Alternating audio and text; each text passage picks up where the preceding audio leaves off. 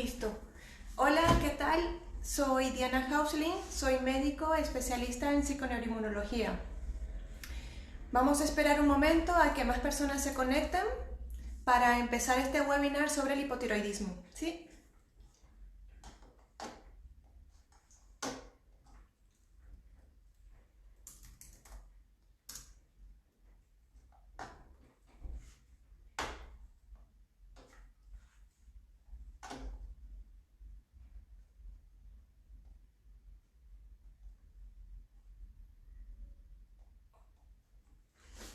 Bueno, mientras que las personas se van conectando, voy a ir leyendo las preguntas que me han estado enviando, porque en el post que hice para invitar a este webinar les dije de que me envíen una pregunta sobre el hipotiroidismo.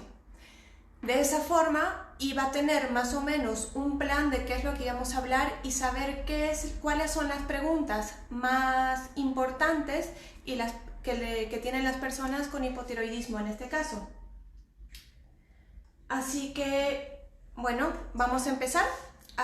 Voy a empezar a leer las preguntas.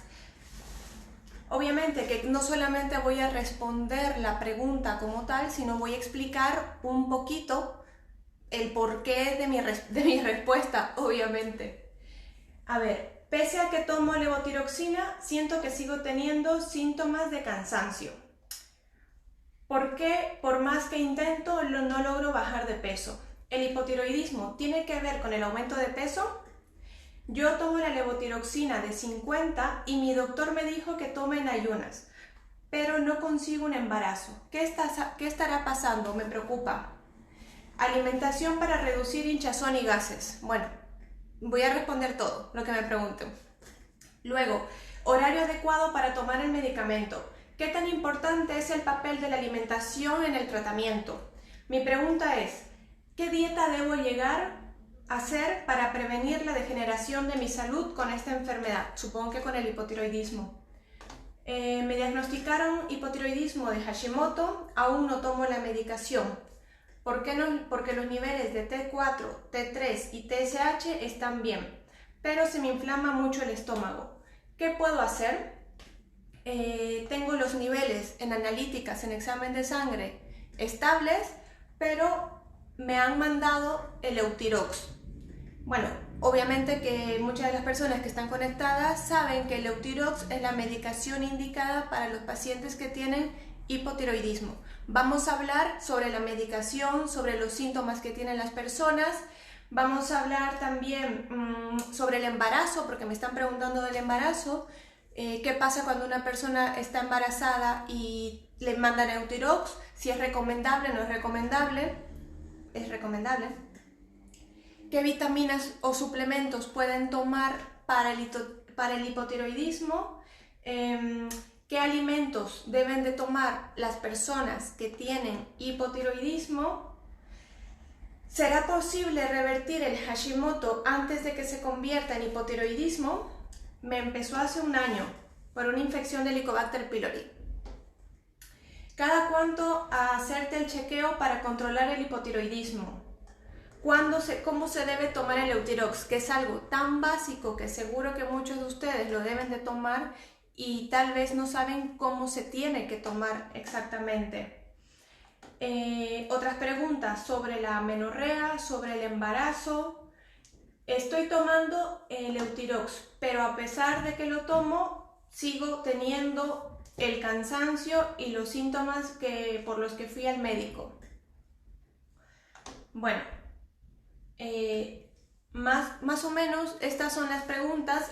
Me han mandado unas 700, o sea que de las 700 no puedo responderlas todas, así que he hecho una elección de las más comunes que me parecen, pero de todas formas, si no logro responderlas todas o si alguien de ustedes tiene alguna pregunta, me escribe y la respondo, ¿vale? Bueno,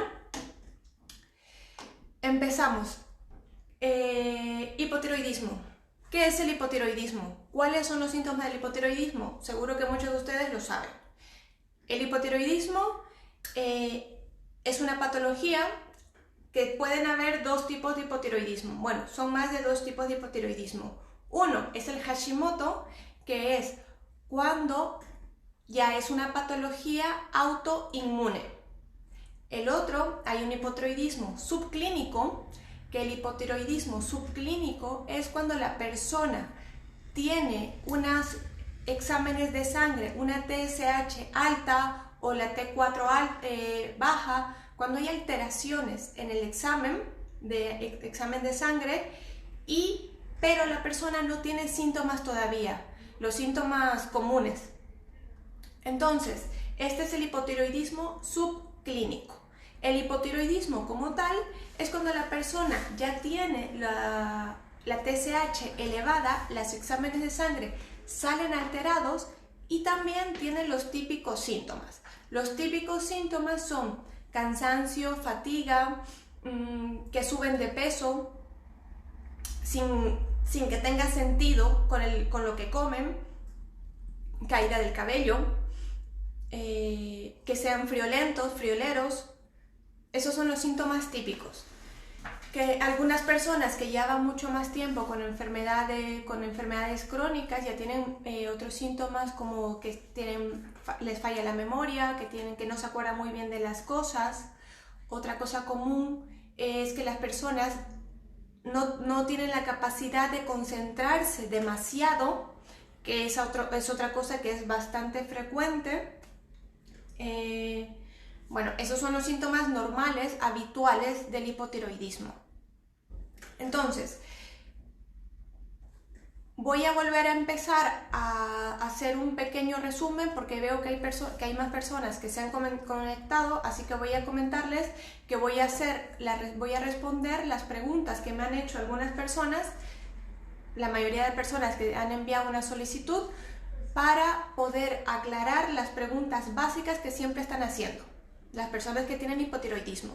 Dentro de estas preguntas también voy a explicar el porqué de la respuesta, pero si ustedes tienen alguna pregunta me la pueden escribir y yo aquí la voy a leer y se las respondo. Empecemos. Pese a que tomo levotiroxina, siento que sigo teniendo los síntomas de cansancio. Entiendo que esto es algo que es muy habitual. Muchas personas toman la medicación, pero siguen teniendo el cansancio, la fatiga.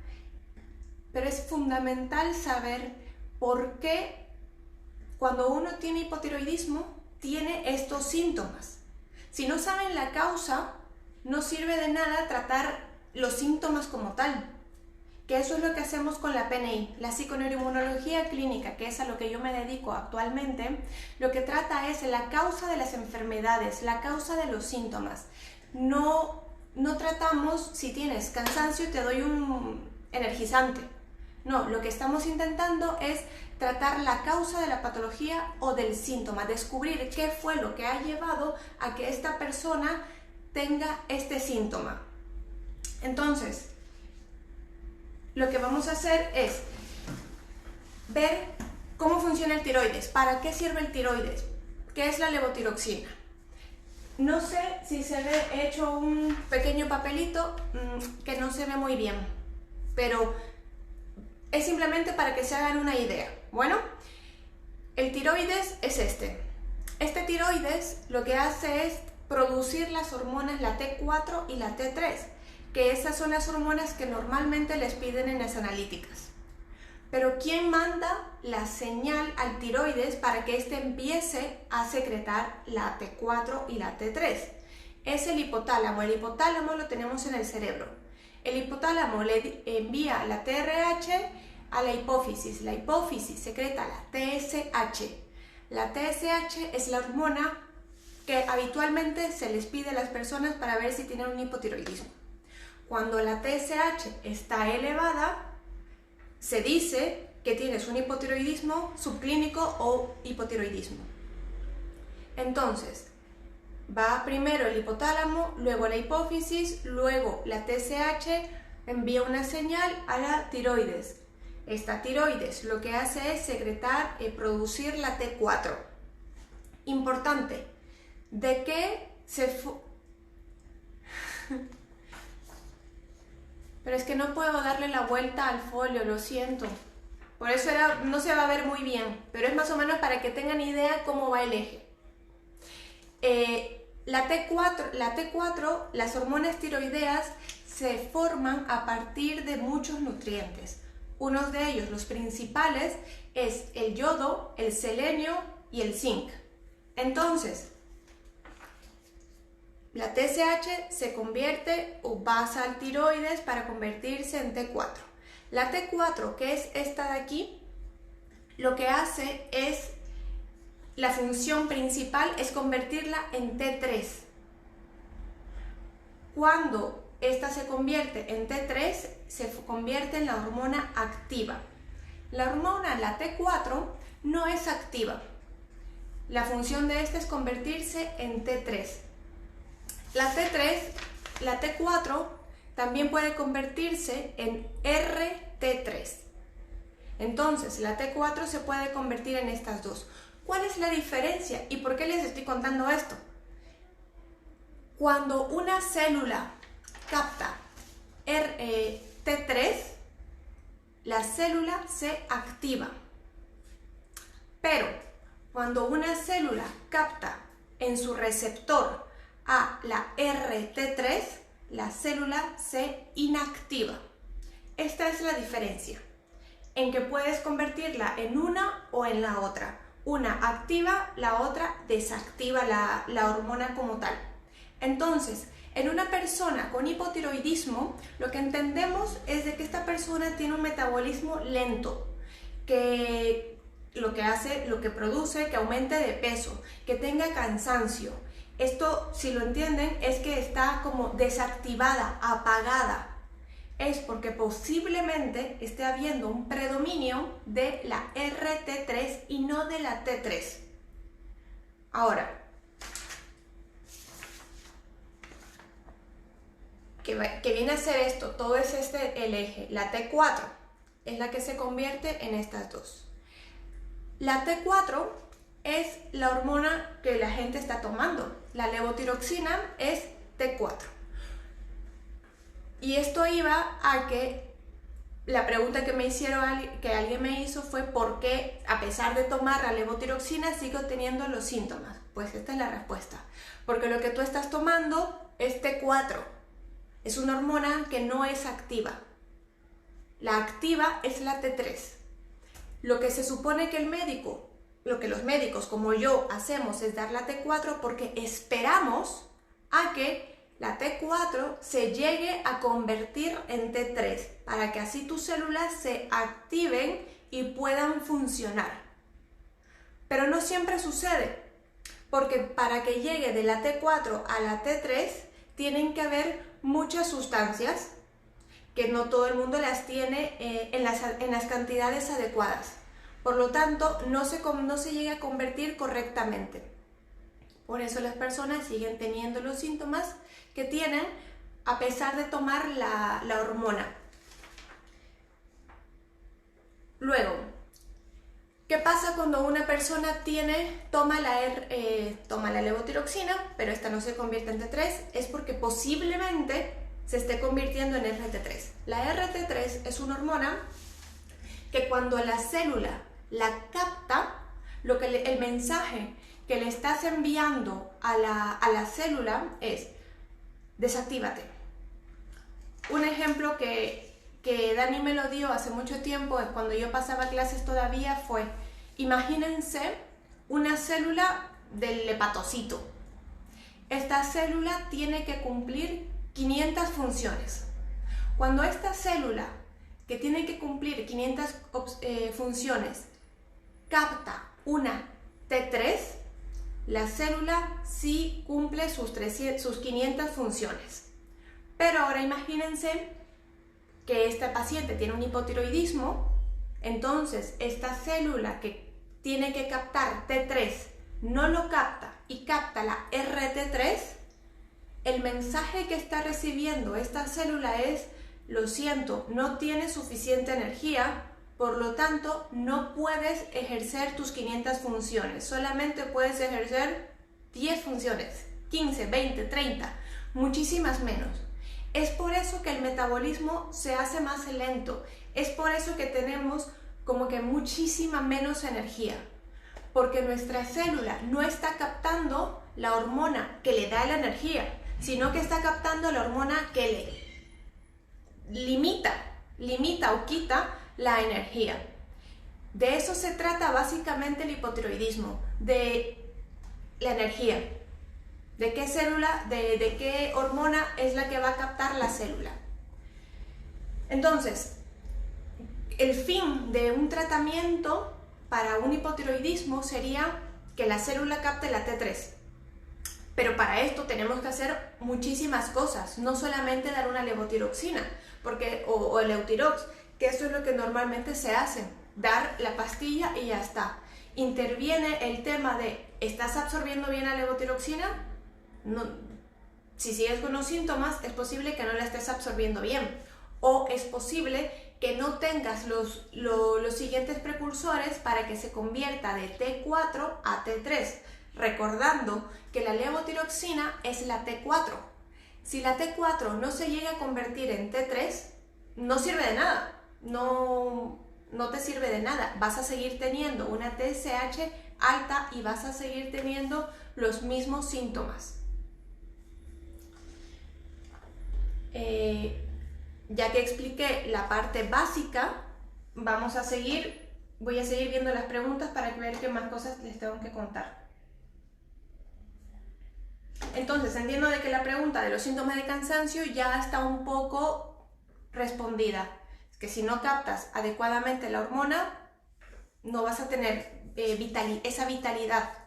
Ahora, es importante que la T3, normalmente en los exámenes de sangre, solamente se pide la TSH, la T4. A veces se pide la T3, pero jamás se pide la RT3.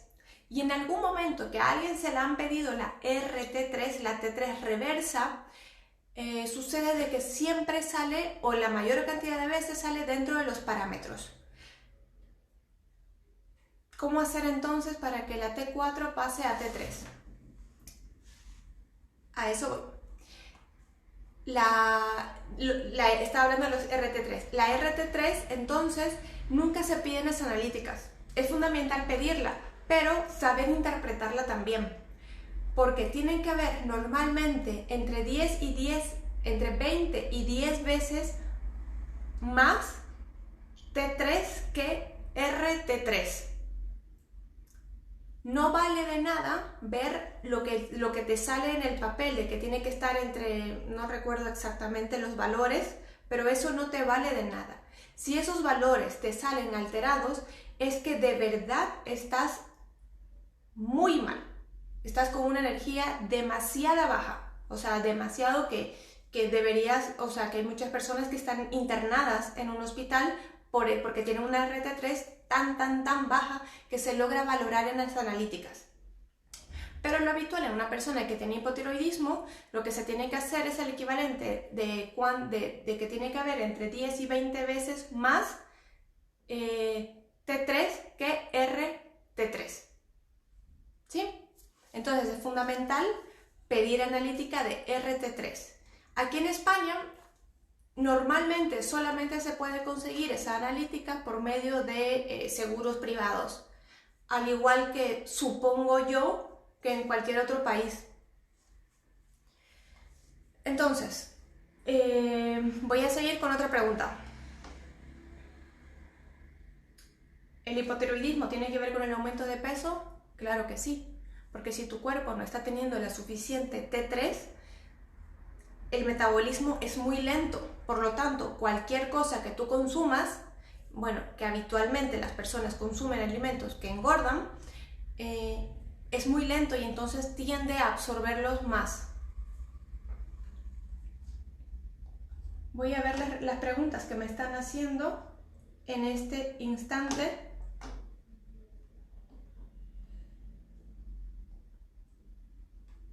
Hipotiroidismo y metformina.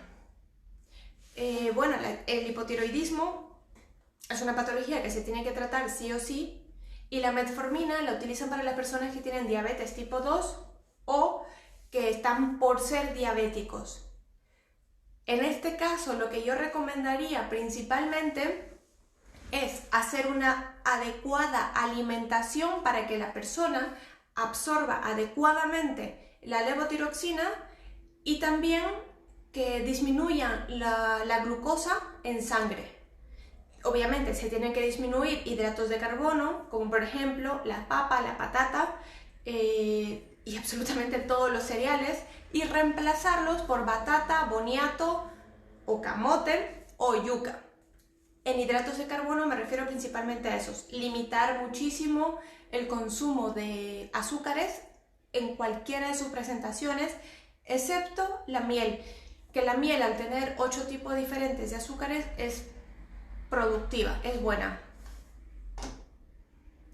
Luego,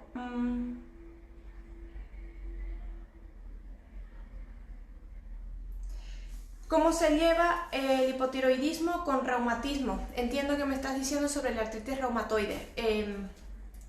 Pues es importantísimo porque la artritis reumatoide es una patología autoinmune, por lo tanto, cuando tienes una patología autoinmune, el tema de la energía vital es fundamental, porque el sistema inmunitario en este caso está tomando como que la delantera. Por lo tanto, tratar al tiroides es muy importante para que así pueda aportarte la energía suficiente para que tu cuerpo pueda funcionar mejor. Y también dentro de la artritis reumatoide es muy importante limitar el consumo de muchísimos alimentos y sustancias que interaccionan con el sistema inmunitario. Por ejemplo, el gluten, los mamíferos, en este caso la vaca, la ternera, el cordero, el conejo y el cerdo. Sería interesante limitar el consumo de este tipo de alimentos. Y obviamente también limitar el consumo de alimentos proinflamatorios, ya que cuando consumimos alimentos proinflamatorios, lo que hacemos también es aumentar la inflamación a nivel inmunitario. En menor medida, pero también le aportamos algo de inflamación.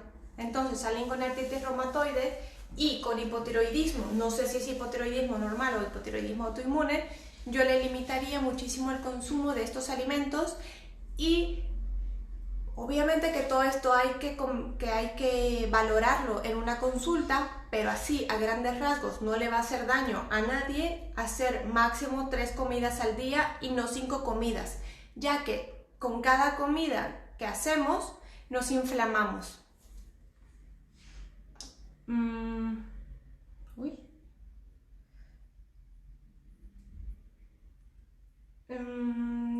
¿Qué relación hay la disbiosis intestinal y el hipotiroidismo autoinmune? ¿Y cómo se puede dar solución? La disbiosis intestinal, para los que no lo saben, es cuando en el intestino tenemos bacterias. En cada sección del intestino, cada parte de nuestro sistema digestivo tiene que tener sus bacterias. Cuando estas bacterias, qué sé yo, del intestino delgado pasan al estómago, del estómago pasan al intestino grueso y empieza a haber un cambio de bacterias, es que se produce una disbiosis. Vale, entonces, cuando esto sucede, significa que el sistema inmunitario está afectado también, ya que el 80% de nuestro sistema inmunitario está en el intestino. Por lo tanto, la disbiosis sí puede estar muy relacionada con el hipotiroidismo. En este caso, yo trataría primero la disbiosis y luego el hipotiroidismo, porque al tener una disbiosis posiblemente no estés absorbiendo adecuadamente los nutrientes, por lo tanto no estás absorbiendo adecuadamente el Euthyrox y cualquier alimento que tú estés comiendo. No puedes absorber el selenio, el zinc, el yodo que estás comiendo en los alimentos. Entonces yo trataría primerito que nada la disbiosis. Ay, ¿qué más? Tengo hipotiroidismo hace 3 años y sigo sintiendo todos esos síntomas. Bueno, es lo que les comentaba, que si tienes el hipotiroidismo, estás tomando el Euthyrox y sigues teniendo los síntomas, es porque 1, el Euthyrox no puede ser que no lo estés absorbiendo, y 2, porque el Euthyrox que estás tomando no se está convirtiendo en AT3. Entonces, para convertirse adecuadamente en un AT3 hay que quitar todos los... A ver, aunque se vea al revés, igual se los voy a mostrar. Para que de la T4 se convierta en T3, tiene que haber una cierta lista de nutrientes. Bueno, tiene que haber nutrientes. Ay, perdón, era el otro. Tiene que haber una cierta lista de nutrientes. Si no hay yodo, selenio, zinc, vitaminas B, vitamina D, no se convierte en T3. Pero si hay todas las sustancias que convierte la T4 en RT3, obviamente que nuestro cuerpo va a preferir convertirlo en RT3. ¿Qué cosas hacen que tu cuerpo prefiera, por así decirlo, en RT3? El estrés, sustancias como por ejemplo todo lo que son el gluten, todo lo que son las legumbres también, porque tienen sustancias proinflamatorias y antinutrientes. Todas las citoquinas proinflamatorias hacen que se convierta en RT3. ¿Cómo hacer entonces para que se convierta la T4 en T3? Bueno, selenio, yodo, zinc. Pero si tienes hipotiroidismo de Hashimoto, hay que valorar cómo lo tomas. ¿Por qué? Porque cuando tienes el Hashimoto, normalmente no puedes tomar yodo, pero cuando el yodo lo tomas asociado a zinc y selenio, va muchísimo mejor porque puede cumplir el yodo la función que debería de cumplir y no te va a afectar el tiroides. ¿Qué debemos hacer para poder absorber de manera adecuada el Euthyrox? Bueno, el Euthyrox, para que sea absorbido adecuadamente, tiene que ser tomado por lo menos 2 horas antes, 2 horas antes de comer cualquier alimento. El estómago tiene que estar vacío. Estas son las indicaciones básicas. Yo sé que el médico les ha recomendado posiblemente que sea media hora antes. El médico les recomienda esto porque si alguien se despierta a las 7 de la mañana y desayuna a las 7:30, obviamente que despertarse a las 5 para tomarse una pastilla no es factible, es muy complicado. Entonces yo lo que les recomendaría es, a la hora que se despierten, se toman el Euthyrox y desayunan 2 horas más tarde. Esa sería la recomendación. Y obviamente también no tomar alimentos como por ejemplo el gluten, que contiene muchísimos cereales, y otros cereales que inhiben la absorción del Euthyrox. Un paciente con hipotiroidismo que pasó por COVID, ¿qué cuidados debe tener?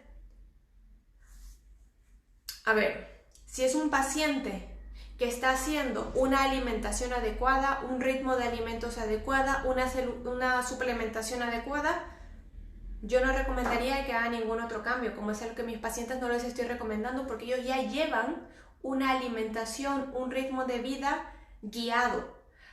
Pero a los que no son mis pacientes o no son pacientes de alguien que haga psiconeuroinmunología o algo parecido a esto, yo les recomendaría alimentarse de una mejor manera, disminuir las ingestas de alimentos, básicamente eso. Y suplementarse, lógicamente. Suplementarse con selenio y zinc. Y yodo está por verse. Depende del paciente.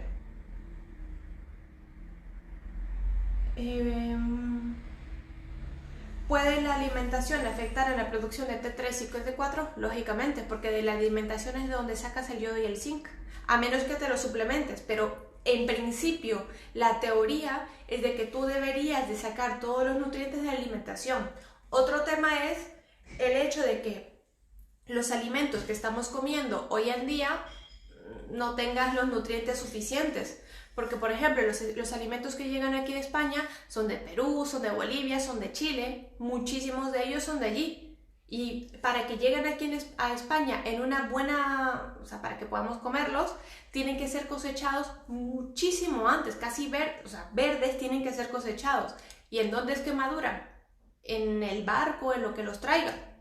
Entonces, la alimentación tiene muchísimo que ver. Afortunadamente en Bolivia y en Latinoamérica se tiene la facilidad de poder comer bien. El problema es que las personas de allá ya no comen bien, ya no comen alimentos que deberían de comerse diariamente y continuamente y en cada vez que se coma, como son las verduras y las frutas, más que todo las verduras.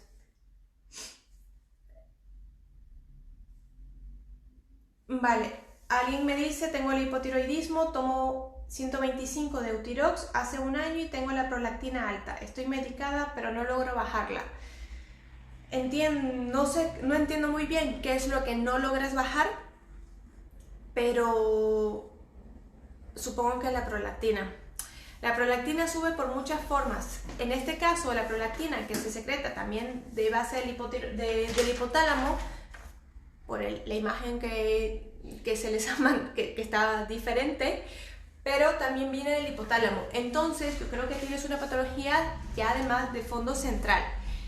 Ahí trataría con mucho énfasis el tiroides y el hipotálamo como tal. Introduciría algunos suplementos que trabajen a nivel central para que el hipotálamo como tal pueda secretar y ajustar el ritmo de las hormonas, porque el hipotálamo es el encargado de casi todas las hormonas que nosotros tenemos. Muchas de ustedes es posible que no solamente tengan hipotiroidismo, sino que tengan otros problemas hormonales, tal vez con la regla, tal vez que tengan mucho vello, que tengan hormonas, alteraciones del estrógeno, o sea, que tengan problemas de embarazarse. Todo esto, todo el problema de las hormonas es fundamental tratarlo porque todas estas hormonas que les he mencionado, el inicio es el hipotálamo.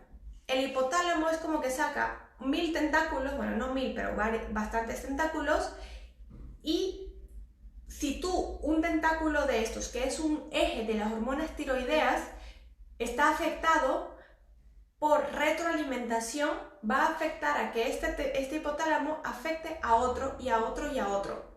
Si no tratamos el primero que se ha afectado en este caso, si no lo tratamos, vamos a hacer que se afecten los demás. Entonces, pacientes con hipotiroidismo pueden tener diabetes, pueden tener alteraciones de las hormonas sexuales, y esto es fundamentalmente, hay que tratarlo.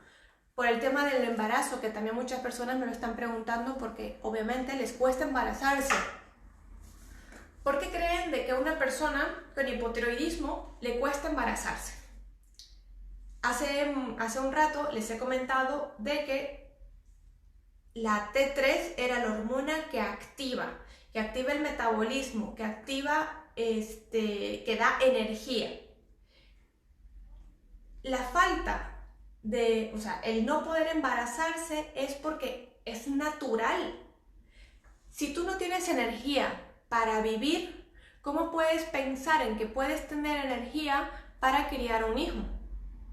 Los ejes se apagan para que tú no puedas, esa poca energía que tienes, no la puedes dispersar. Si apenas puedes para ti, no tiene sentido evolutivamente pensar de que puedes quedar embarazada. Obviamente que si tomas una buena cantidad de Eutirox, pues haces un buen tratamiento, lógicamente que vas a poder quedarte embarazada. Pero en un principio una persona que todo lo tiene desajustado, es muy complicado que se llegue a embarazar por este tema. ¿Qué pasa cuando sube la T4? Cuando sube la T4 significa que se está acumulando y no se está convirtiendo en la T3. Eso es lo que pasa, básicamente. Entonces, la T4 está subiendo porque estás tomando el Eutirox, que el Eutirox es T4. Pero si sigues teniendo la TSH alta, es porque la T3, si sigue baja, le sigue enviando un mensaje al hipotálamo y le dice, oye, tengo la T3 baja. Entonces tienes que producir más TSH y la TSH produce más T4. Todo va en retroalimentación. Es por eso que puede ser que a pesar de tomar la medicación, a pesar de todo, sigas teniendo una TSH alta, una T4 alta, porque no se convierte en T3.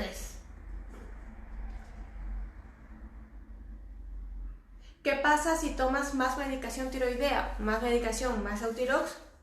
O sea, si te estás pasando de la cuenta, lo que va a suceder es que tengas un hipertiroidismo, que los síntomas son completamente diferentes, tienes una taquicardia, te vuelves histérico, tienes hiperactividad, es totalmente el opuesto. Eso es lo que pasa cuando te conviertes en hipertiroidismo, cuando tomas más levotiroxina de la que deberías de tomar. En referencia a las vitaminas, ¿qué debemos tomar si tenemos Hashimoto? Si tenemos Hashimoto, lo que debemos tomar es fundamental, no deben de tomar sin una recomendación de alguien que sepa manejar estos suplementos, porque a menos que la tomen en las dosis básicas que dice el envase. Pero lo que yo les recomiendo personalmente es de que las dosis básicas que dicen los envases de suplementos de vitaminas, lo que sea, son dosis básicas, que no te vas a poder pasar nunca con esas dosis posiblemente. Pero para tratar una patología como un Hashimoto, como para cualquier patología autoinmune, es fundamental saber manejar las dosis. ¿Por qué? Porque para un paciente que tiene una patología autoinmune no le voy a dar una dosis normal básica de vitamina D, por ejemplo. Le tengo que dar una dosis súper alta para que actúe en donde yo quiero actuar. A una persona que es sana, pues, que se suplemente con cosas básicas. Pero las vitaminas, minerales, suplementos de fitoterapia, lo que sea, tiene que ser siempre recomendado por alguien que sepa manejar dosis. Porque si no, o no les va a hacer nada para la patología que tienes y estás tirando tu dinero en vano, o te puedes pasar y puedes tener un problema. Entonces, yo recomendaría siempre tener a alguien que te pueda recomendar. Pero para un Hashimoto, lo básico, imprescindible, así que tal vez no necesitas una persona que te guíe puntualmente, yo te diría tener en analítica una vitamina D por lo menos de 60, o sea que tú te puedes controlar solo si quieres con la vitamina D, o puedes asistir a un profesional que sepa manejártela, selenio y zinc. Y el yodo está por verse. Como siempre, el yodo siempre le voy a decir que está por verse, porque si no es mi paciente, no voy a recomendar abiertamente el yodo. Pero a mis pacientes, lógicamente, porque yo los manejo, les recomiendo que tomen, porque de eso básicamente se hace la T4 y la T3. Entonces necesitan yodo, pero manejar las dosis adecuadas es lo fundamental. ¿Qué alimentos debo evitar además de los azúcares? Además de los azúcares, dentro de azúcares tenemos que meter los edulcorantes. No sé si es algo mío, pero el edulcorante es peor que el azúcar. ¿Por qué? A ver, no peor, pero que tampoco lo recomiendo. El edulcorante lo que hace, el azúcar, cuando tú lo tomas, cuando entra a tu boca, ya empiezas a producir insulina. La insulina lo que hace es captar el azúcar y meterlo a la célula. Entonces tú comes azúcar y tu páncreas produce insulina y se activa todos los procesos que se tienen que activar y capta la glucosa. Perfecto. Eso es la vía normal. ¿Qué sucede cuando tú comes algo que tenga esos productos que dicen cero azúcar, pero que son llenos de edulcorantes? Lo que hace es de que tú, cuando comes algo que tiene eso, edulcorante, lo que sea, tu cerebro ya está percibiendo que es dulce. Entonces ya le está enviando una señal al páncreas que le dice, oye, aquí hay algo dulce. Entonces páncreas empieza a producir insulina, pero luego, cuando eso ya baja, no hay que atrapar, porque no estás metiendo glucosa, no estás metiendo azúcar como tal, es edulcorante. ¿Por qué es malo engañar a tu sistema?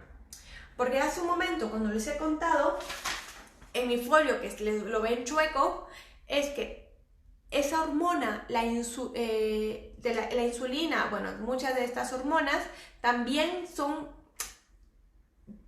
hechas, por así decirlo, en el hipotálamo. Es algo a nivel central. Entonces, estamos engañando al hipotálamo.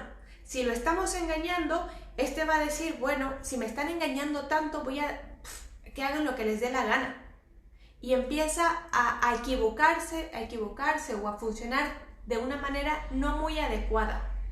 Entonces, estamos rompiendo el ritmo de nuestra secreción de hormonas regular. Que eso no hay que hacer. No hay que engañar a nuestro cerebro, no hay que engañar a nuestras hormonas. Por lo tanto, tomar edulcorantes es una de las peores cosas que pueden hacer. Si tienen ganas de dulce, coman miel. Coman un chocolate de 85% o pónganse a hacer ejercicio, hagan cualquier cosa, pero no estén comiendo cosas que tengan edulcorantes. Otra cosa, se desarrolla diabetes con hipotiroidismo, son cosas paralelas. Que la diabetes tipo 2, la diabetes tipo 2 es estilo de vida puro y duro. Si tú has comido en toda tu vida muchos hidratos de carbono, papa, patata, arroz, has comido grasas, has comido muchos churrascos, has comido muchas cosas, azúcares, soda, eso es estilo de vida. ¿Por qué? Si en algún momento de ahora tienes una diabetes que te la sabes controlar, más o menos, que solamente estás con una metformina, si tú haces un cambio en la alimentación y en el estilo de vida, eso sí se puede controlar y hasta revertir. Para que te des cuenta que eso es algo que puedes controlar tú con la alimentación y con el estilo de vida que puedas llevar. Siempre recomendado por un profesional de la salud no hacer esas dietas restrictivas, porque con esas dietas restrictivas que uno disminuye brutalmente las cantidades de algunos alimentos, luego tienes un efecto rebote muy largo. Con esto de las dietas, quiero dejarles en claro que la palabra dieta es comer. No, el estilo de vida es otra cosa. El estilo de vida, quitar algunos alimentos, no es hacer una dieta. Es tener un diferente estilo de vida, de que no comes, gluten, no comes cereales, no comes azúcares. Es un estilo de vida y es algo que deberías de tener el resto de tu vida. No puntualmente que hoy quiero bajar 5 kilos y me voy a tomar agua y comer lechuga y poco más. No. Tienes que tener unos hábitos en donde aportes todos los nutrientes necesarios a tu cuerpo para que éste pueda funcionar adecuadamente. Que al fin y al cabo, para eso es que comemos, para que nuestro cuerpo funcione adecuadamente, no para bajar de peso, ni para subir, ni para crear músculo. Nosotros comemos para tener una calidad de vida y una salud adecuada. Obviamente que hay pautas nutricionales específicas para cada tipo de persona. Otra cosa, el sirope de arce se puede tomar como edulcorante. Miel. Una pregunta, ¿es normal bajar de peso de 5 kilos en medio año con hipotiroidismo? Depende. Si has estado haciendo dieta y te has estado restringiendo muchísimas cosas, puede ser normal de que bajes peso, porque como cualquier persona podría bajar de peso. ¿Qué sucede cuando te hacen cirugía de tiroides? Depende. Cuando te hacen cirugía de tiroides y te quitan el tiroides entero, tienes que tomar la levotiroxina de por vida, porque la levotiroxina es la que te va a aportar la T4. A pesar de que te hayan quitado la tiroides entera y tengas que tomar una levotiroxina, yo te recomendaría aún así tener una alimentación buena. ¿Para qué? Para garantizar que la levotiroxina que estás tomando la absorbas correctamente. y cumpla la función que debería de cumplir.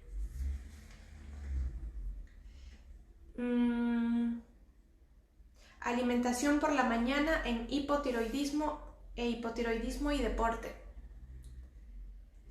Alimentación por la mañana. Yo con alimentación por la mañana no puedo decirles demasiado porque yo no como por la mañana.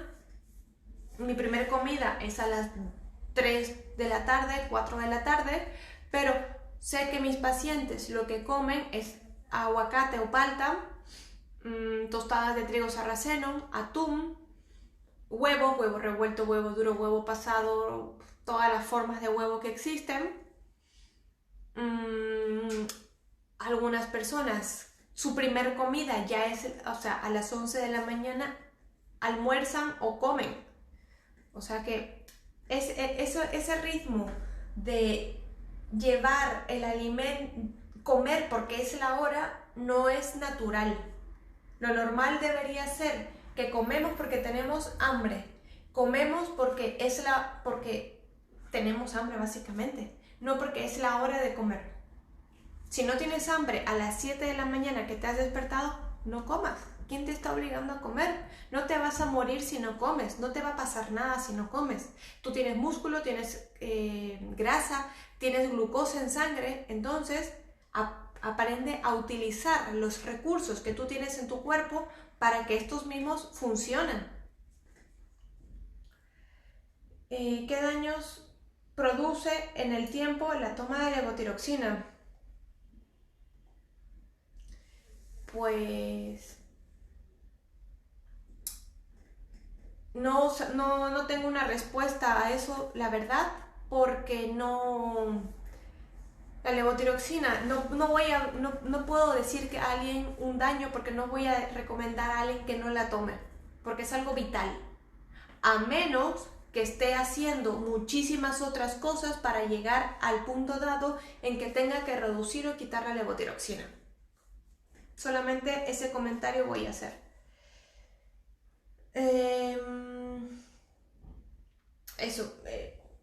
¿Qué daños, qué podemos hacer para que la persona absorba adecuadamente el Eutirox? Lo que les dije, tomarlo muy pronto por la mañana, que no haya relación con alimento ninguno y principalmente tener una alimentación que no tenga gluten, que no tenga cereales y básicamente es eso, que no tenga azúcares para que tu cuerpo pueda funcionar bien, que no estés tomando omeprazol, por ejemplo, ni medicaciones.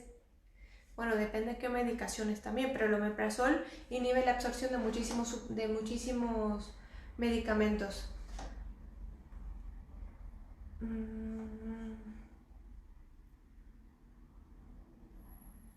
Bueno, mi consulta es, anteriormente tuve un parto prematuro extremo, una de las causas fue hipotiroidismo. Luego me dieron el tratamiento, ahora planteamos otro bebé. ¿Volvería a afectarme y pasaría nuevamente por otro parto prematuro? Depende. Si tú has seguido haciendo la misma vida que antes de embarazarte y durante los primeros meses del embarazo, no te puedo decir, o sea, posiblemente sí, si sigues haciendo lo mismo, posiblemente sí. No tiene por qué ser un sí rotundo, pero cabe la posibilidad de que vuelva a suceder, como cabe la posibilidad de que no, que sea un embarazo perfecto. Pero yo te recomendaría hacer un cambio ya habiendo tenido esa experiencia que no creo que haya sido muy bonita. Yo te recomendaría hacer un cambio en tu vida, hacer un cambio en tu alimentación, hacer un cambio en tu estilo de vida, en los ritmos, en los biorritmos, en la suplementación, en la alimentación, o sea, hacer cambios. ¿Para qué? No solamente para que tu embarazo vaya bien, ni solamente para que el bebé nazca bien, sino para que tú tengas una buena salud en un futuro, para que puedas criar adecuadamente a esos niños y también enseñarle cosas a esos niños de cómo deberían de alimentarse y cómo, o sea, empezar a inculcar aprendizaje a esos niños. O sea, ya me estoy yendo mucho más allá, pero te digo de que deberías, o sería una muy buena opción, cambiar todo lo que te he comentado: alimentación, nutrición, suplementos, ritmos, actividad física, que todo eso es fundamental.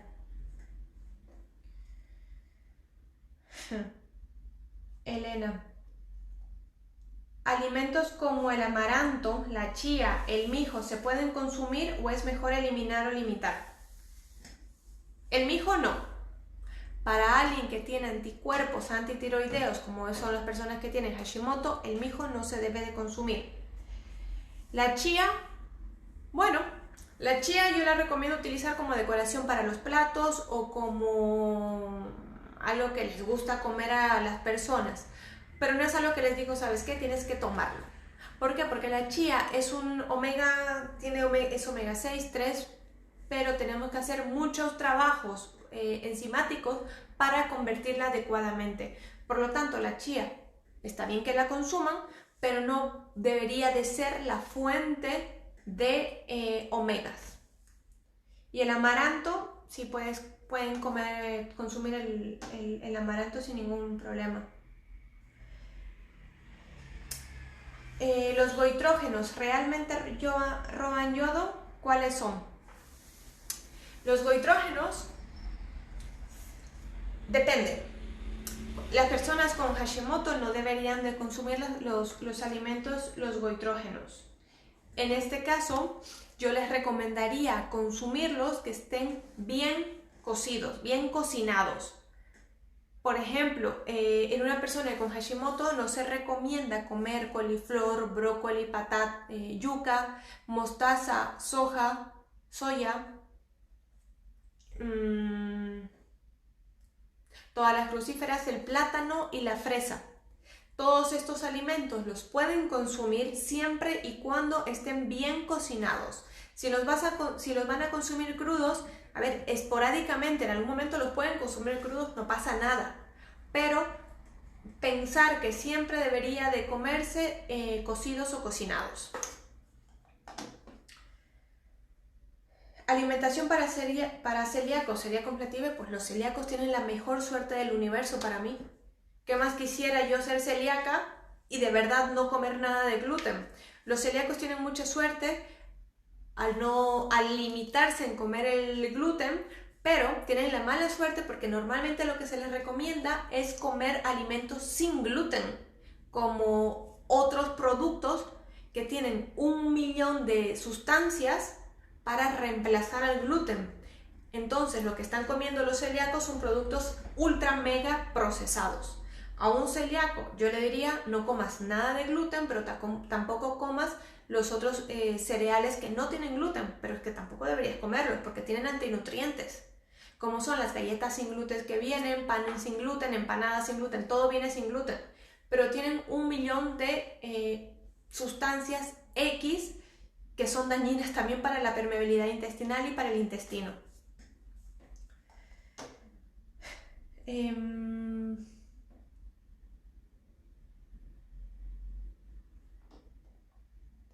Es que me están preguntando las mismas preguntas, básicamente, para mejorar la absorción.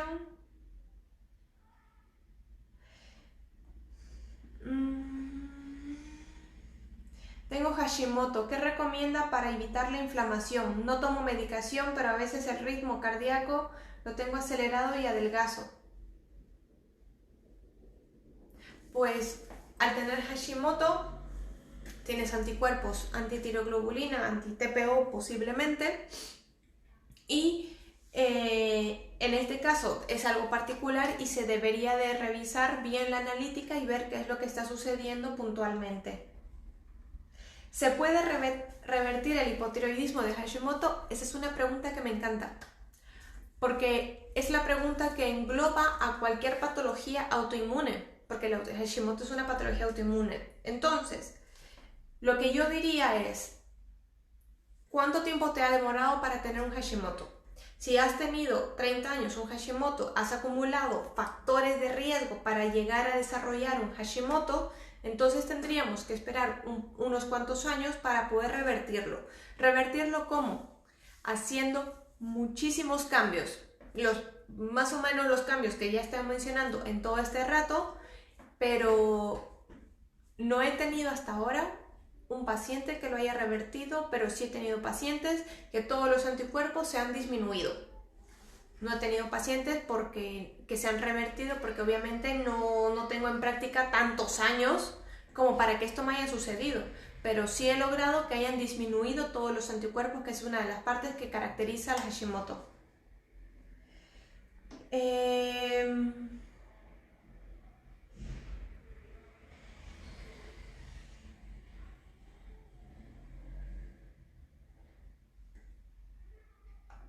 El embarazo y el Hashimoto y el hipotiroidismo. Lo que he comentado antes, que deberíamos de hacer un cambio en todos nuestros hábitos porque necesitamos tener una tiroides en una óptima función para lograr embarazarnos. Y una vez que nos embarazamos, nuestro tiroides tiene que estar intacto, porque cuando estás embarazada, el bebé necesita tener todos los nutrientes del cuerpo de la mujer. Si la mujer tiene un hipotiroidismo, le estás limitando los nutrientes a ese bebé.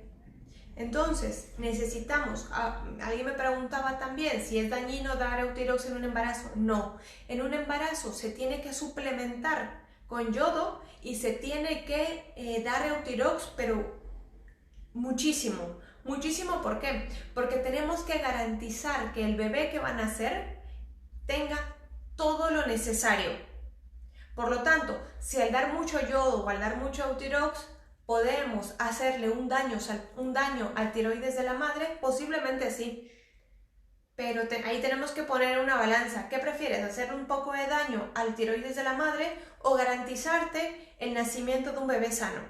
Supongo de que muchísimas dirían que quieres un bebé sano. Pues entonces se tiene que hacer una correcta alimentación, una correcta suplementación y un correcto tratamiento con levotiroxina a una mujer que esté embarazada y que tenga hipotiroidismo, para garantizar que un bebé nazca completamente sano, en la medida que se pueda garantizar.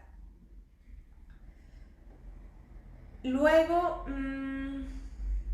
la alimentación, pues es lo que les he estado... Que si puedo profundizar un poco en pautar yodo, en este momento no me parece correcto, porque es posible de que alguna persona escuche esto y pueda empezar a tomar yodo y le puede afectar. Entonces no me parece prudente hacer alguna recomendación sobre el yodo ni ninguna dosis de yodo. Dieta y suplementos necesarios para Hashimoto: selenio, zinc como básico. Influencia de los lácteos en personas con hipotiroidismo. Las personas con hipotiroidismo o cualquier ser humano, si eres un ser humano, no deberías de consumir ningún lácteo. ¿Por qué? Porque los lácteos vienen de la vaca. La vaca, como tal, le debe de dar esa leche a su hijo ternero, no al humano. El ser humano es el único ser que consume leche de otro ser vivo. Por lo tanto, si la leche materna ha terminado a los 8, 9, 10, un año o 2 años, hasta ahí ha llegado el aporte de la leche. No deberíamos no tiene sentido evolutivo tomar mucho más tiempo la leche, a menos que que te encante y que sea un gusto, pero yo no la recomiendo tomar leche ni de vaca, ni de oveja, ni de cabra. ¿El calcio de dónde lo sacas? Pues los puedes sacar de muchísimas verduras, de muchísimos frutos secos. Puedes tomar suplementos. Hay muchísimos sitios donde puedes consumir vitamina C,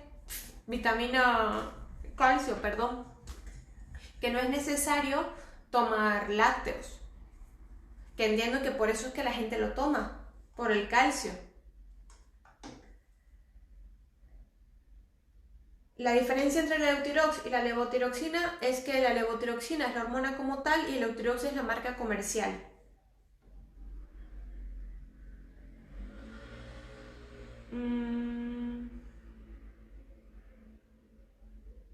¿Cuánto ejercicio es bueno en Hashimoto? Pues el que puedas. Si te gusta hacer ejercicio, haz ejercicio. Siempre y cuando, si tu cuerpo está cansado, si tú ahora mismo tienes fatiga, estás cansada, no puedes con tu vida, nunca, jamás hay que recomendar a alguien que está así de mal hacer ejercicio físico. ¿Por qué? Porque date cuenta que tú tienes una cantidad de energía. Si esa cantidad de energía que tienes la tienes que utilizar para trabajar, para hacer cosas de tu vida diaria y encima estás pidiendo que gastes esa energía en actividad física, no tiene mucho sentido. Yo ahí lo que recomendaría sería hacer cosas para que esta persona tenga muchísima más energía para que pueda distribuirla y poder empezar a hacer alguna actividad física. Dentro de todo esto, recomendar a alguien hacer o ir al gimnasio, tampoco lo recomiendo. Hacer 1 hora diaria o 1 hora y media o 2 horas de gimnasio no tiene sentido. Lo que sí tiene sentido es que durante todo tu día te mantengas en actividad. Si tú trabajas en una oficina y tienes que estar sentado todo el día, supongo de que te permitirán en tu trabajo romper cada hora o cada 45 minutos, levantarte de tu sitio y hacer, qué sé yo, 5 sentadillas, 10, 20, 30 sentadillas, 2 planchas, hacer algún movimiento. ¿Para qué? Para que tu cuerpo reciba la señal de que estás vivo y de que estás en movimiento. Eso es mejor que ir a hacer 1 hora al día de gimnasio. Hacer actividad física cada hora, hacer un poquito de algo, de lo que a ti te parezca mejor, con lo que te sientas más cómodo. Pero nunca obligar a alguien a ir al gimnasio ni a hacer actividad física que no tiene ganas porque no tiene energía. Eso le afectaría muchísimo en su salud. Y selenio y zinc para suplementar, ¿en qué gramaje? Gramos no les voy a comentar, lo que sí les puedo comentar es que normalmente en los botes de las pastillas que vienen, la dosis que muestran es la dosis que no va a haber ningún problema en que alguien lo tome. Así que si no van a tener ninguna supervisión, les recomiendo tomar lo que dice el bote. Luego, otra cosa que quería comentarles era sobre la TSH. Que la TSH, para que sea una persona sana o para que esté adecuada, la TSH debería de estar entre 2 y 2,5. Las personas que tienen una TSH de 2,5 arriba deberían de tratarse. No digo tratarse que tengan que tomar levotiroxina, sino de empezar a plantearse en hacer algún cambio en el estilo de vida que están llevando, porque posiblemente lo siguiente que les toque es consumir alguna pastilla, que entiendo que no a todo el mundo le gusta y no creo que todo el mundo quiera llegar a tener eso. Luego, tengo la piel extremadamente seca y cada año más vello. ¿Qué puedo hacer? La piel seca, en la pérdida de cabello, la caída de cabello, la piel seca, las uñas mal, ¿por qué es? Por la falta de aporte de nutrientes. Nuevamente volvemos a lo mismo. Si tú ahora mismo tienes una buena absorción y tienes un aporte suficiente de nutrientes, de vitaminas, es increíble cómo las uñas empiezan a crecer y la piel se vuelve a hidratar. ¿Por qué? Lo que pasa es de que en el equilibrio que tenemos en nuestro cuerpo dice, vamos a ver, si yo tengo una persona debería tener, qué sé yo, un 100% de energía. Si tú tienes un 50% de energía, tu cuerpo tiene que empezar a decir, vamos a ver, si tengo 50% de energía, no puedo estar malgastando mi energía o mis nutrientes enviándoselos al cabello. ¿De qué me sirve? No es algo vital. Esos nutrientes se los tengo que enviar a mi pulmón, a mi corazón, a mi riñón. ¿No es cierto? Porque es así donde ellos sí son vitales. El cabello, la piel y las uñas no son vitales. Por lo tanto, tu cabello, tu piel y tus uñas se van a deteriorar con el tiempo. ese es un signo de que no hay un buen reparto energético, que por lo tanto no hay tampoco un buen reparto de nutrientes. Si tú te tomas ahora mismo un súper multivitamínico que tenga todos los minerales y todas las vitaminas en una dosis adecuada para lo que tú estás teniendo, posiblemente tus uñas crezcan, posiblemente deje de caerse tanto el pelo y la piel no esté tan seca como es lo habitual que suele estar en las mujeres que tienen un hipotiroidismo.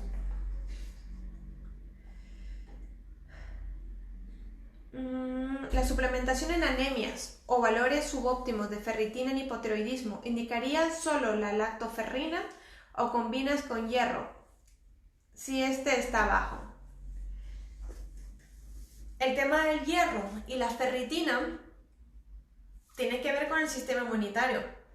Por lo tanto, hay que evaluar a la persona, porque la lactoferrina te ayuda muchísimo al tema de las anemias, de la ferritina, de las bacterias, de los bichos, porque la lactoferrina funciona espectacularmente, pero no me gustaría mandar un suplemento sin saber por qué hay estas alteraciones en analítica. Una vez se llega a descubrir la alteración en analítica, ahí recién se debería de valorar qué mandar al paciente o qué se debería de tratar para regular, porque no siempre se tiene que mandar hierro o mandar ferritina o mandar lactoferrina. Hay que tratar la raíz, que de eso se trata la psiconeuroinmunología, tratar la raíz de los problemas.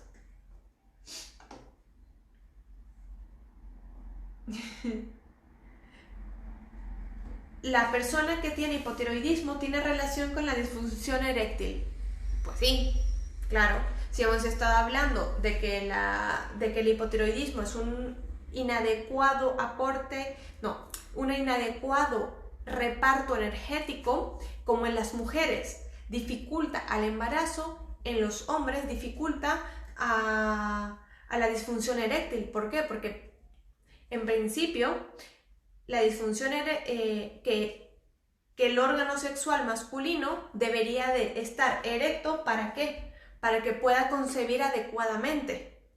En el caso que no está, es porque su cuerpo no le da la suficiente energía a esa parte para que pueda funcionar adecuadamente, para que en un momento dado pueda embarazar, que al final y al cabo ese es el fin de las relaciones sexuales, evolutivamente hablando, lógicamente. No es que todo el mundo se quiera embarazar, pero en la raíz ese es el motivo por el cual las mujeres, para eso existe el líbido. El líbido es para lograr tener relaciones sexuales y poder reproducirnos.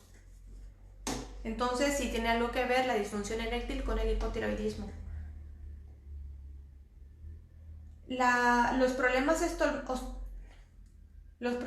estomacales, como la acidez estomacal, ¿están relacionados con el hipotiroidismo? No, puntualmente no están relacionados. Pero si una persona con acidez y una persona con acidez y dolor abdominal, qué sé yo, puede ser, no se sabe quién es la raíz de quién, pero es un síntoma más asociado a la patología. Por lo tanto, en este caso, lo recomendable sería investigar qué alimentos esta persona está comiendo para que le estén produciendo la acidez estomacal.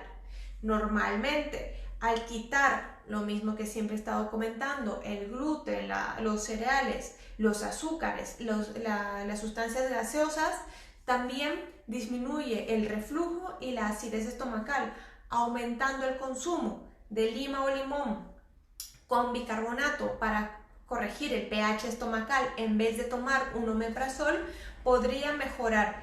Y asimismo podríamos mejorar también la absorción del Euthyrox en caso que lo esté tomando. Si está en tratamiento para la fertilidad, es recomendable tomar calcio y Genesis Max. ¿Puede intervenir en la absorción del Euthyrox? Si estás en tratamiento de fertilidad, deberías de tomar absolutamente todos los multivitamínicos y multiminerales y todo que puedas tomar. porque entiendo de que si estás en un tratamiento de fertilidad estás pretendiendo quedar embarazada, por lo tanto tienes que haberte preparado 6 meses antes con todos los nutrientes necesarios para que en el momento que te quedes embarazada tu niño pueda absorber todo lo que ya has acumulado en este tiempo. Problema en que tomes calcio, el Genesis Max no sé lo que es, pero el calcio sí podrías tomarlo y perfectamente deberías de tomarlo. Frutos secos como la nuez, almendra y arándano, depende. El arándano que normalmente se consigue aquí en España, qué sé yo, el arándano que venden en el mercado en unas bolsitas, si tú ves la parte de atrás, te das cuenta que tiene un 70% de gramos, por 100 gramos del producto, 70 es azúcar. Por lo tanto, ese arándano no te lo recomiendo. Yo te recomendaría tomar pastillas de arándano que vienen en cápsulas de un montón de laboratorios o que consigas en algún lugar arándanos que no tengan ningún tipo de edulcorante ni azúcar. Y el resto de frutos secos, no recomendaría consumir muchísimos frutos secos. Un puñado de frutos secos diario es más que de sobra. El mejor fruto seco que les puedo decir que consuman en hipotiroidismo es coquitos de Brasil, que también se llaman cocos de Brasil, nueces de Brasil, o que en Bolivia se llaman las almendras. Todos esos podrían consumir la cantidad que quieran, 3, 4, 5 al día, porque esos tienen una gran cantidad de selenio.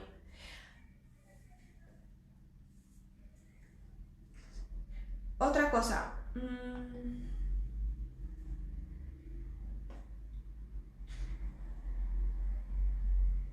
¿el consumo del cloruro de magnesio beneficia a una persona hipotiroidea? El cloruro de magnesio yo no lo recomiendo, lo que yo recomiendo es el citrato de magnesio. El citrato de magnesio entra a la célula y aporta energía, como también ayuda a la motilidad intestinal de las personas que tienen estreñimiento. No es una pauta indicada específicamente para personas que tienen hipotiroidismo, pero sí a alguien que no tiene mucha energía se le puede mandar un citrato de magnesio, o a alguien que es muy estreñido, en vez de dar laxantes que son totalmente contraindicados contra cualquier patología, y aunque no tengas patología, un laxante jamás deberías de tomarlo, a menos que sea de modo puntual una vez cada 5 años, sí puedes tomar un laxante, pero lo que yo recomendaría en este caso es el citrato de magnesio. Conseguir la dosis adecuada, teniendo en cuenta que 1200 miligramos es lo máximo que se debe de tomar. Hipotiroidismo y frío. Buenísima pregunta, porque en mi dibujo que les he hecho olvidé de poner algo, que ahora mismo lo pongo.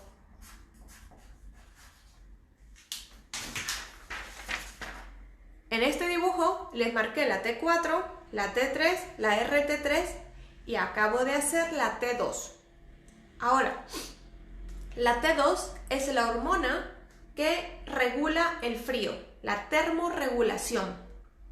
Si tú tienes una cantidad muy grande de RT3, no vas a tener T2.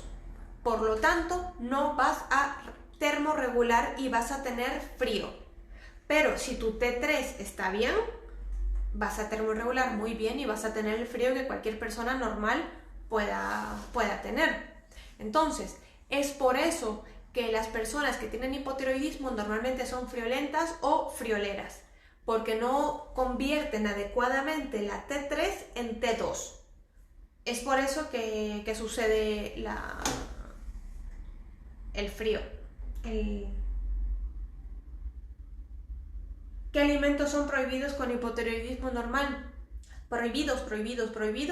No hay ninguno, pero poco recomendables son legumbres, cereales, cualquier cereal, entendiendo por cereal a cualquier cosa que tenga trigo, avena y todas estas cosas.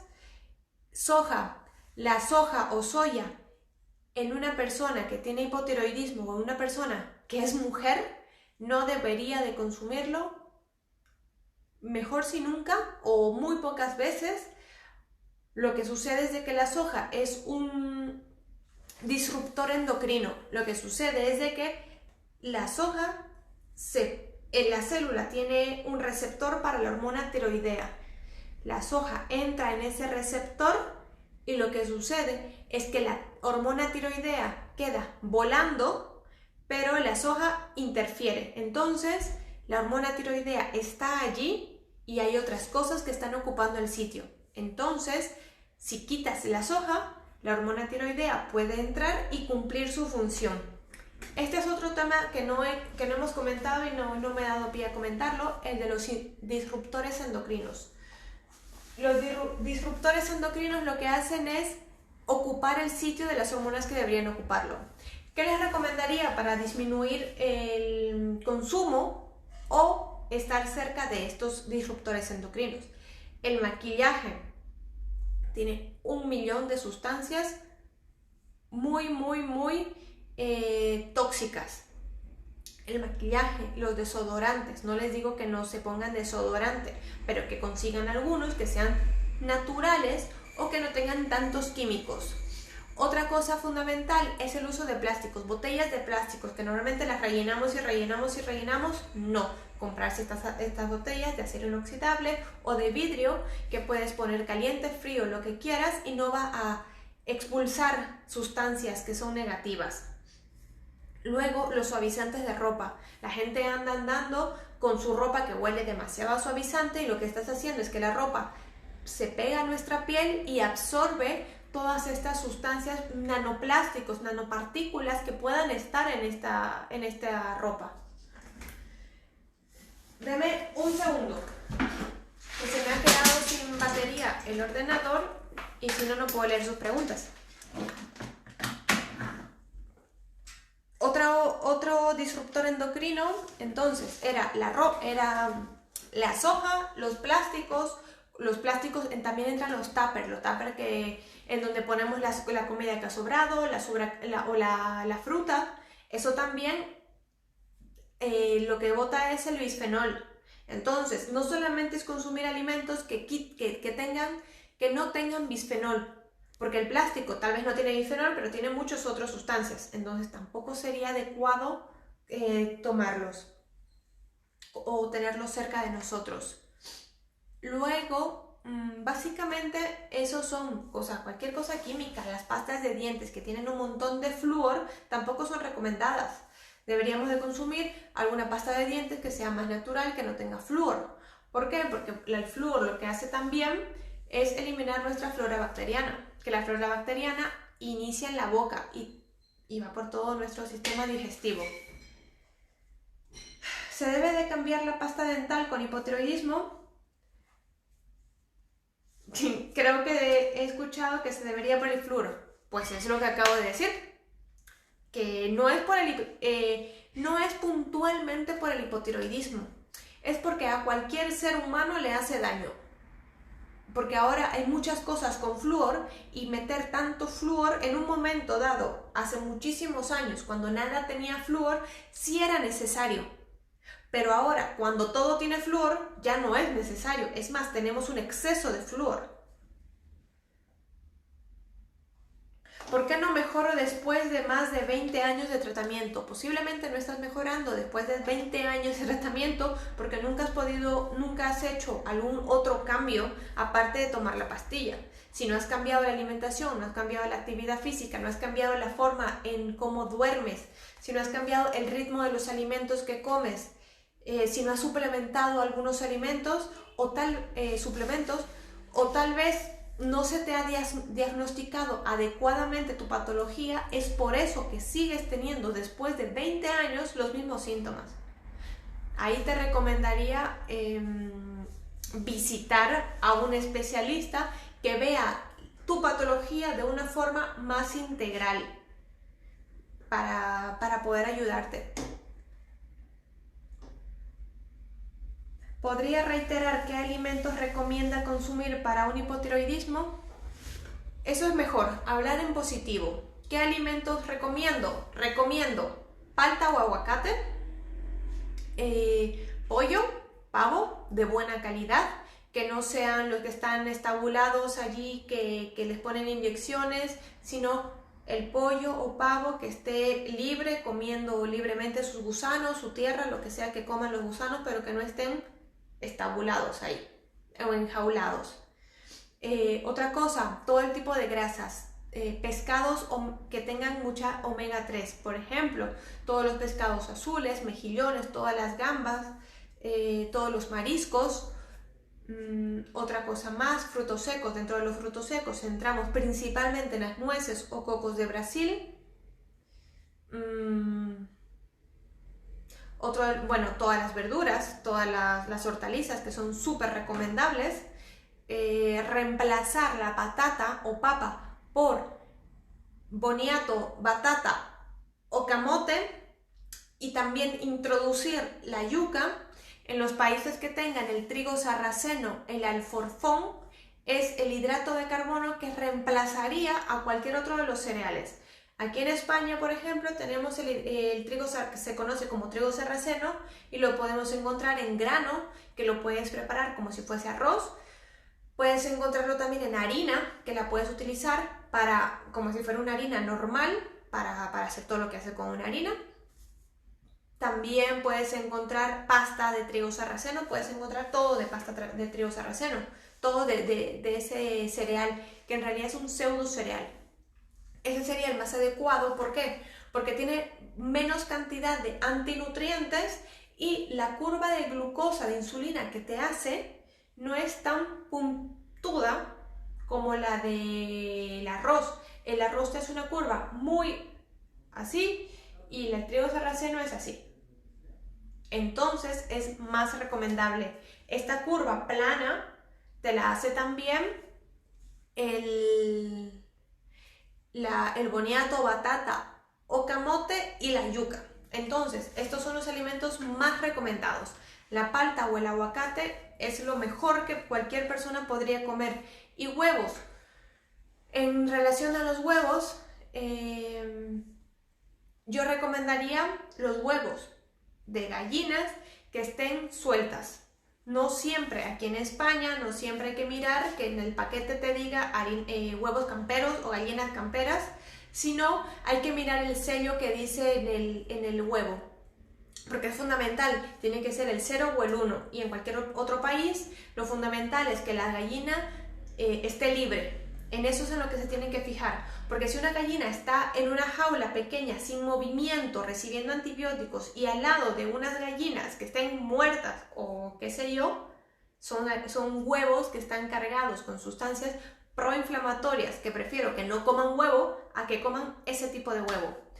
Alguien me estaba comentando sobre el kéfir. El kéfir de agua sí lo podría recomendar, pero el kéfir de lácteos no lo recomiendo. El kéfir de agua lo recomiendo que lo tomen, no sé, 1 o 2 veces a la semana, no muchísimo más, porque tampoco queremos sobrepoblar el intestino con ese tipo de bacterias. La quinoa se puede comer. La quinoa, el problema que tiene la quinoa es que tiene muchísima cantidad de saponinas y lectinas. La quinoa la puedes comer cuando tengas muchas ganas de comer quinoa, te la comes y no pasa nada. Pero no pensar que la quinoa es algo súper mega sano. Tiene muchísimos nutrientes. En Latinoamérica se considera no me acuerdo cómo se llama, que te aporta muchísimas cosas. El problema de esto es que tiene otras sustancias que no están tan recomendadas. La cosa es de que hace muchísimos años en toda Latinoamérica, en Perú, en Bolivia, en Argentina, en Chile, en Ecuador, se utilizaba mucho la quinoa, pero en ese momento era muy buena y muy sana y aportaba muchísimos nutrientes. Ahora ya no tanto. ¿Por qué? Porque esta quinoa o este trigo que ahora mismo estamos consumiendo no es el mismo de hace cientos de años. Ahora está lleno de sustancias, de químicos, también está lleno de saponinas y de lectinas. Lo que hace esto es inhibe la absorción de estos nutrientes. Suponte, la quinoa tiene hierro, magnesio, y me estoy inventando, hierro, magnesio y selenio. Al comer la quinoa, lo que hace es producir una placa en el intestino que inhibe la absorción. Entonces, este hierro, selenio y magnesio que pueda tener la quinoa, no la estás absorbiendo del todo. Y es más, en vez de absorberla, te está aportando sustancias que no son positivas. Por lo tanto, yo no recomendaría la quinoa. Agrotóxicos, exactamente. ¿Por qué tienes hipotiroidismo? El hipotiroidismo, existe el hipotiroidismo que es genético. Tienes que tener sí o sí el hipotiroidismo de Hashimoto, por ejemplo, tienes que tener un factor genético, el cual significa que en algún momento de tu vida, de acuerdo a todos los factores de riesgo que has estado acumulando con el tiempo, vas a desarrollar la patología. Pero un hipotiroidismo normal, que no tengas anticuerpos, también tienes que tener un perfil genético, pero influye muchísimo más el estilo de vida que hayas tenido. El tipo de alimentos, el tipo de actividad física, el tipo de estrés que hayas tenido también influye muchísimo. Más cosas. La espirulina. La espirulina tiene bastante yodo. Entonces, en una persona con hipotiroidismo normal que no tenga anticuerpos y que esté 100% seguro que no tenga anticuerpos, recomiendo totalmente la espirulina. Pero si la persona tiene anticuerpos, ahí hay que pensarlo 2 veces y tiene que ser valorado por un especialista. Los nódulos se reabsorben con tratamiento con levo.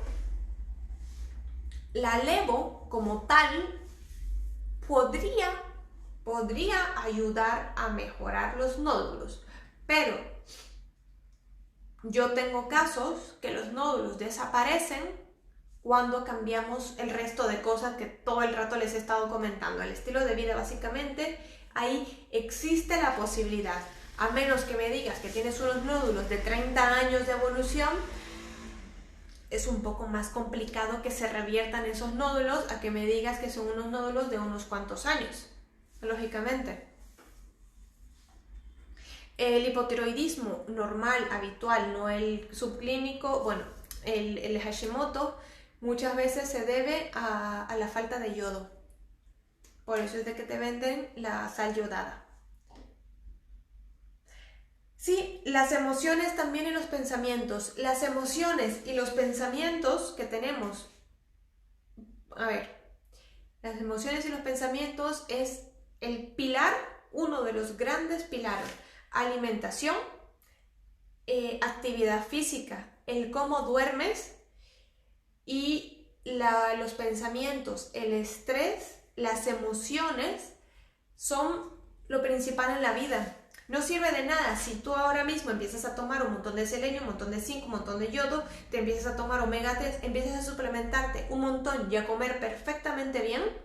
Si es que de base sigues teniendo estrés o malos pensamientos o emociones que no te dejan el corazón tranquilo, no van a ayudar del todo todas estas demás cosas que puedas estar haciendo.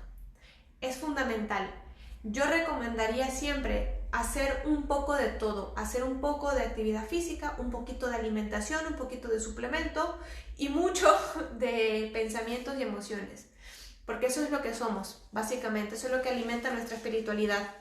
Y yo creo que sí, que tienes toda la razón. No me acuerdo quién fue el que me lo mencionó, Karina, que sí, los pensamientos son fundamentales. ¿El consumo de yogur probiótico es beneficioso? Depende. Si el yogur lo has hecho tú en tu casa, podría ser. Pero el yogur, si tú te das la vuelta en un yogur, que obviamente todo yogur es probiótico, porque para hacer un yogur tienes que meter una bacteria para que se forme el yogur como tal, va a depende del azúcar.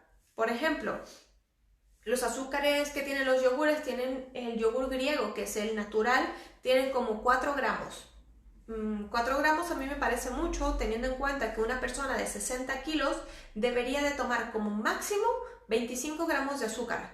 Si estás metiéndote 4 gramos en un yogur que no es algo que tengas que tomar, me parece muchísimo.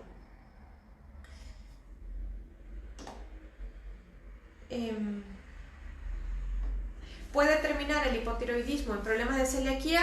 A ver, la celiaquía, para que tú seas celíaca, para que tú seas diagnosticada como una persona celíaca, tienes que haber tenido muchísimas pruebas positivas. Tienes que tener sí o sí un factor genético.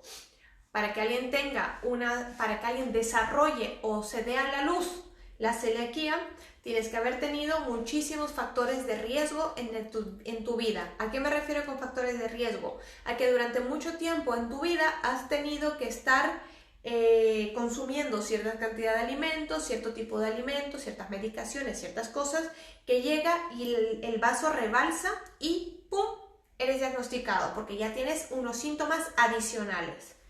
El hipotiroidismo asociado a una celiaquía o la raíz, no lo creo. Pudo haber ayudado a que el diagnóstico se acelere, pero no fue la causa ni mucho menos. ¿Cómo sé si tiene o no anticuerpos la persona? ¿Por los estudios de sus análisis? Sí. Tienes que pedir estudios de anticuerpos anti-TPO y antitiroglobulina. Esos son los más habituales, y anti-TSH posiblemente. Pero esos dos son los más habituales. Los valores, si están muy elevados o elevados, significa de que tú tienes un hipotiroidismo autoinmune, y el tratamiento para un hipotiroidismo autoinmune, un tratamiento de hipotiroidismo de Hashimoto, la pastilla es la misma, pero el enfoque debería de ser diferente, porque para un hipotiroidismo de Hashimoto lo que estamos tratando es el sistema inmunitario. O sea que el enfoque es diferente, se debería de enfocar muy distinta uno de lo otro.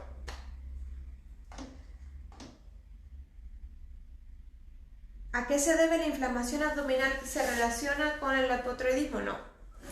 No se relaciona puntualmente con el hipotiroidismo. La inflamación abdominal se debe a que en el intestino tienes el 80% del sistema inmunitario y debes de estar haciendo una reacción inmunitaria ante los alimentos que estás comiendo. Si tú ahora mismo que tienes un hinchazón abdominal, que después de comer se te hincha el estómago, se te hincha la tripa demasiado, yo te digo que pruebes dejando de comer todo lo que hemos estado hablando toda esta hora y vas a ver de que no vas a tenerlo. Va a desaparecer por completo, porque como ser humano no estás hecho para comer trigo, ni mucho menos lácteos y azúcares tampoco. Bueno, miel sí, pero no el otro tipo de azúcares que no son tan buenas.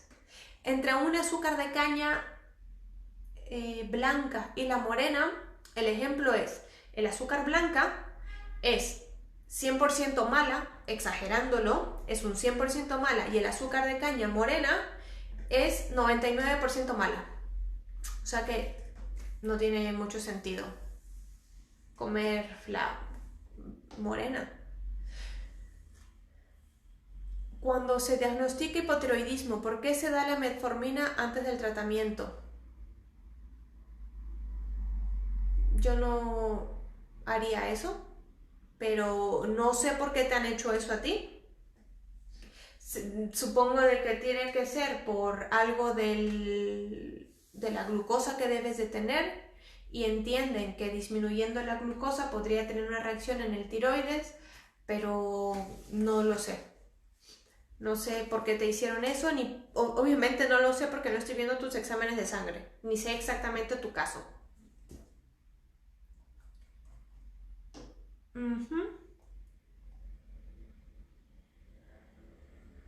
Y creo que he respondido casi todas las preguntas. Hay algunas que me estaban contando todo el caso clínico que no me da tiempo para leerlos, por eso no respondí. ¿Es necesario tomar el Eutirox media hora antes del desayuno o se puede tomar los alimentos mucho más tarde? El Eutirox lo debes de tomar media hora antes o 2 horas antes del desayuno para que lo puedas absorber adecuadamente. ¿Cada qué tiempo se deben controlar las analíticas? Depende. Si ya después de un largo tiempo tú has tenido una estabilidad en la analítica, en tus síntomas, no creo que sea recomendable cada 3 meses, tal vez cada 6 meses bastaría.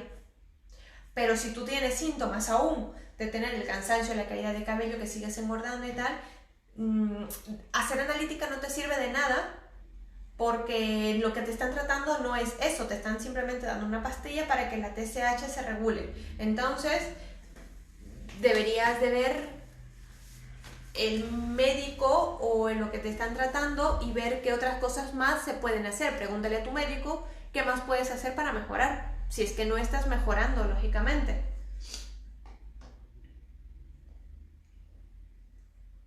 Esto y creo, bueno, me siguen escribiendo.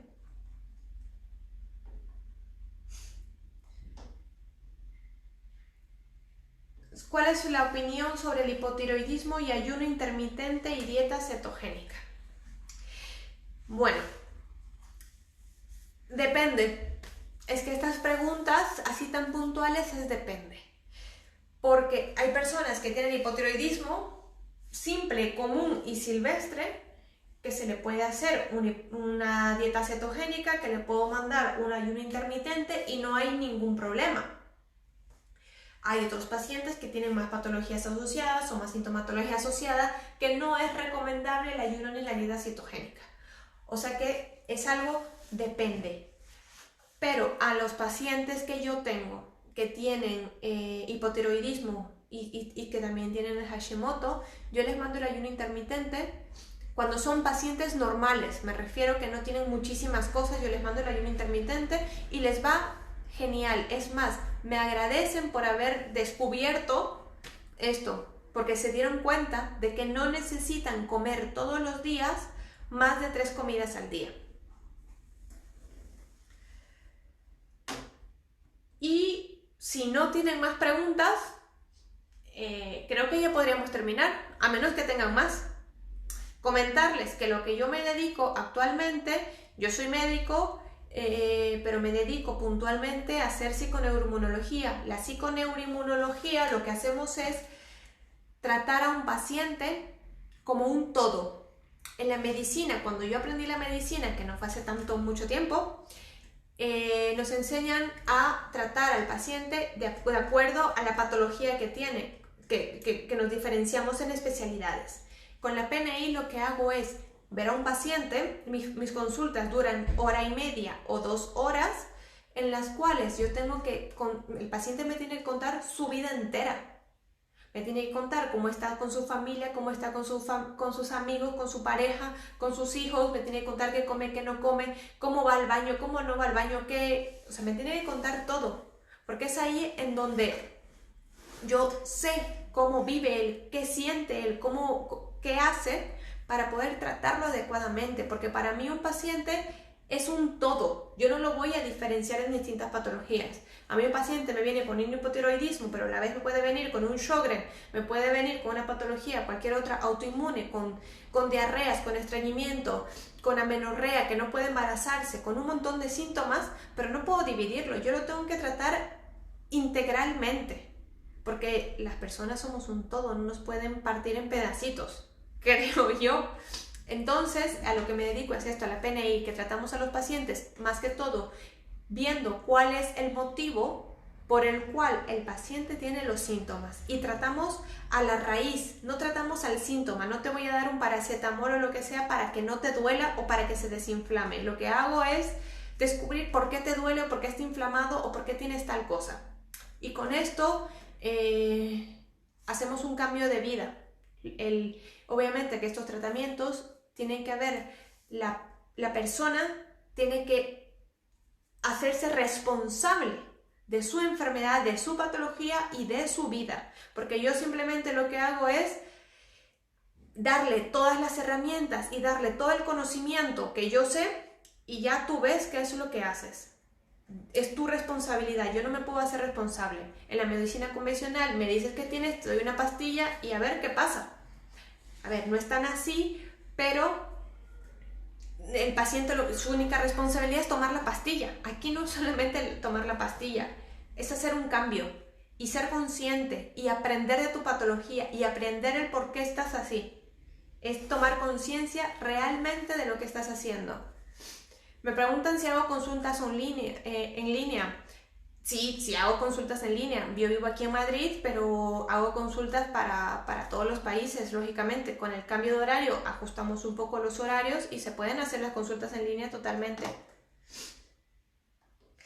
Si tienen lo de los doctores que les atienden en 15 minutos, es normal.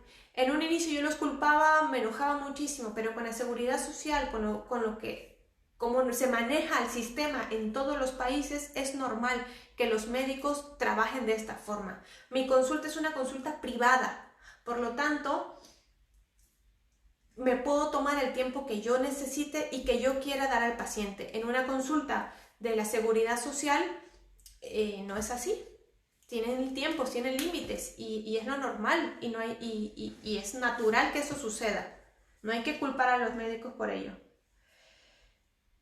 Y bueno, muchísimas gracias por asistir, que nos hemos pasado por 1 hora y 40, que normalmente siempre me paso de tiempo en las consultas y en todo.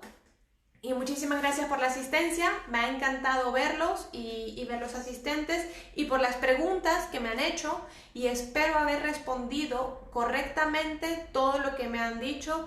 De todas formas, si a alguien no le he respondido o cualquier duda que tengan, saben que esta es mi red social, mi Facebook, también pueden ver en Instagram y también les he puesto por ahí el WhatsApp a las personas y me pueden escribir para cualquier duda, consulta, lo que quieran. Un beso gigante para todas ustedes y espero conocerlas algún día. Un beso, chao.